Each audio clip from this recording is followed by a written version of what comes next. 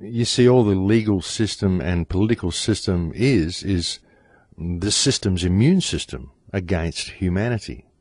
We try to fight the system and its immune system kicks in and it destroys the attacker.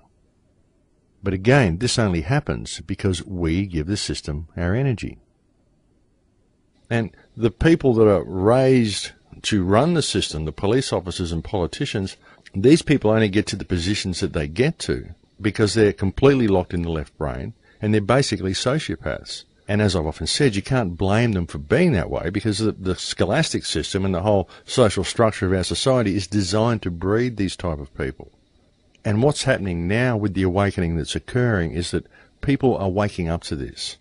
People are waking up to the fact that this system is simply a meme that feeds on the energy that we give it. That's all it is. And all we have to do is to stop giving it our energy and to start giving our energy to ourselves and to our neighbours and to each other. And there are a lot of people that are beginning to wake up to this. There are a lot of people that are beginning to understand exactly what this system is. And this is the most dangerous thing of all for the elite, for those who constructed the system, for those who are outside of the system, because they're already living in their little perfect world. They're already puppeteering the rest of the human race. A lot of people are waiting for the New World Order and this control grid to be slammed into place. But people don't realise that the control system has actually been in place for a long time. It's just becoming more visible now because it's making itself more efficient. That's what organisations such as the FDA and the TSA and the FCC and all of these groups are all about, all these little Nazi groups that are springing up around America. This is to make the system more efficient, to make it function better, and to remove more and more humanity from the system. And I did a radio interview last week with a British station, icanplanet.com, and the young fellow who was interviewing me asked me what I saw for the future, and I gave him a quote by George Orwell that I believe was from 1984, where George Orwell said, "If you want to see the future, imagine a boot stomping on a human face forever." And I stated that I couldn't have said it better myself, because that is the future that this system, this meme, will create by default. Because as it gets more and more efficient, humanity becomes worth less and less to the system. And the system only needs enough of humanity alive in order for the system to function the way it is.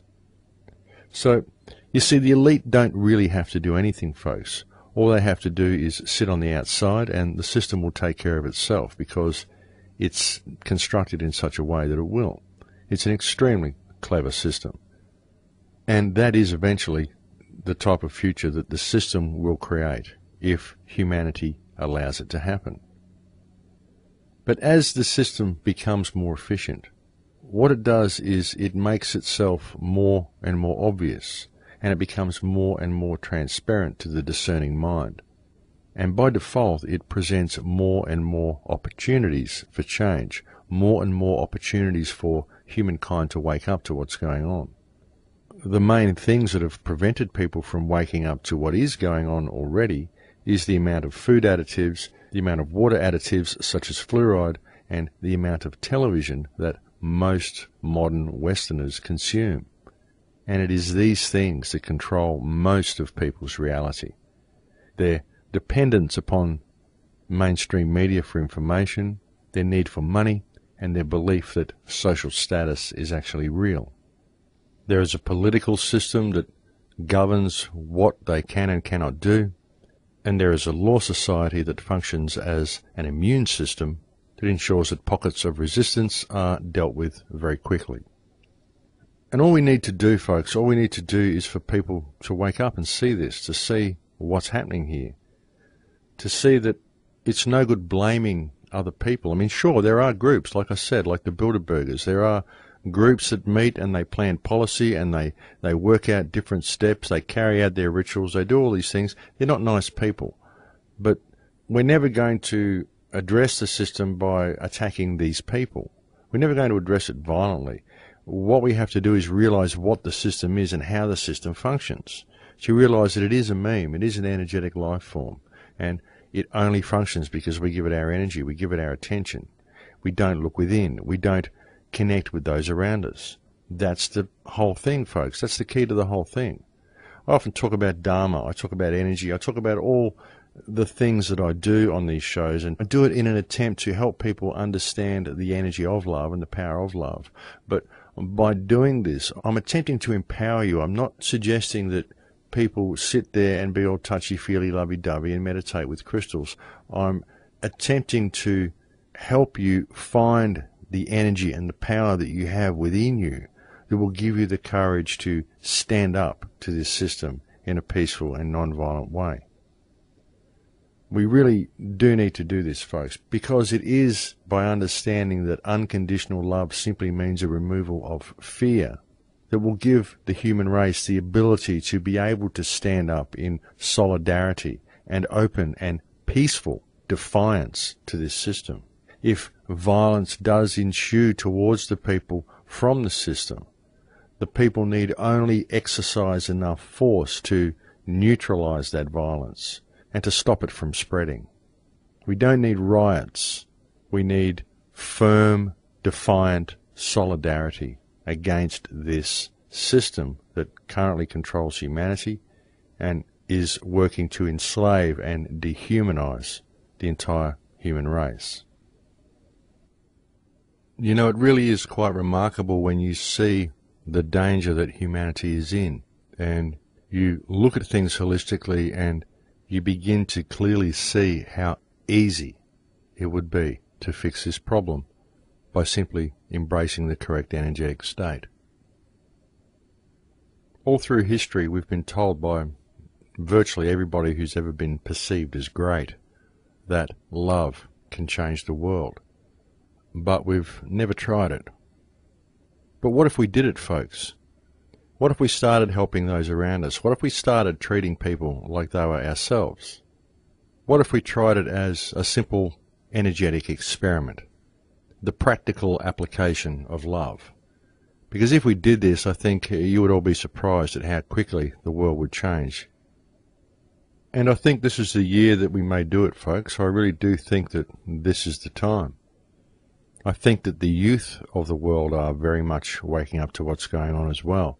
And I do believe that it is within the minds of the youth that the hope and salvation for mankind lies.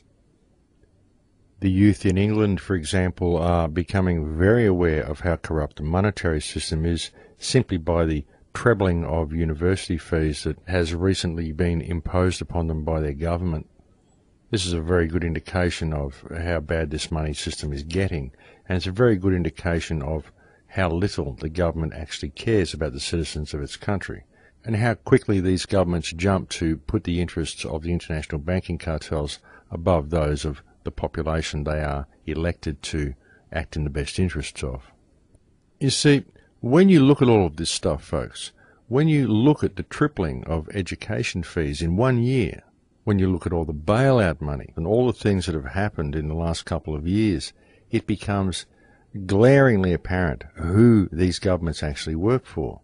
They are actually put in place by the banking cartels, and they run the country for the banking cartels, and the purpose of them is to keep you all under control while all of the world's wealth, not just your wealth, but all of the global wealth, is transferred into the hands of these people who run these banking cartels.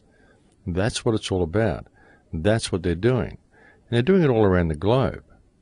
And people are beginning to wake up to this, and people are beginning to speak out, and people are beginning to want freedom. So we see situations like what's happening in Tunisia. We see situations like what's happening in Gaza. Then we see the obvious telltale Hegelian dialectic playing its way through with the problem-reaction solution. We see the WikiLeaks affair, which is leading to the suppression of information on the internet and the removal of government accountability. We see the Gabriel Gifford affair, which is designed to eventually vilify anybody who speaks out against the government. We begin to see all of these things playing out. And so it's becoming glaringly obvious what's happening, and this is causing many, many people to begin to wake up to reality. which is a very good thing. So in some ways we need to be thankful for the extreme measures they are going to, because it is serving to wake up more and more people. And eventually people will figure out that they've been scammed, and they'll stand up and say enough is enough. But we seriously do need to do it soon. I can see that 2011 is going to be an extremely important year for humanity. There's a lot going on, folks. It's only 2 weeks into the year, and everything that I mentioned at the start of the show has occurred already, just in these 2 weeks. We've got some really interesting weather things happening around the planet. We've got some very interesting magnetic things happening around the planet. We've got the North and South poles skipping all over the place at the moment. I mean, the North Pole has been shifting around at about 40 miles a year for quite some time, but it's skipping around the place at the moment, and we could well be in for a magnetic reversal of the poles. It's definitely not unlikely. It has happened many times before. I remember doing a show where I talked about it last year. I'm not sure what show it was, but I do remember mentioning it to you at one stage, and I remember making a YouTube slideshow regarding the matter. There has also been speculation by people that this hole in the magnetosphere, combined with solar winds, combined with the shifting of the poles, may well have contributed to the bird and fish deaths. This is quite possible. It's another theory, folks. But all these things are happening. We do have this hole in the magnetosphere. We do have the North and South poles skipping all over the place. We do have some extremely bizarre weather happening. And thinking of things holistically and having the understanding of the universe that I have, I believe a lot of this is being done to test us energetically. We need to act in the physical and stand up against this system, but we also need to make sure we're doing it from the correct energy, and we need to maintain our energetic state through this period. And this is just something that I've felt through meditation, and this is confirmed by Mayan traditions, because the Mayans believe that this period that we are in now, a period that started, I believe, on September 23rd, 2010, and goes to, I think, October 18th, 2011. They call this period the definition, and it is the energetic state and the mass manifestation of the collective conscious or the collective unconscious that creates the reality for the next period. So if the collective consciousness of humanity is in a state of negativity and fear through this period, then that is the reality that will be manifested for the next stage. And I think it's extremely interesting that the Mayan culture would hold such a belief.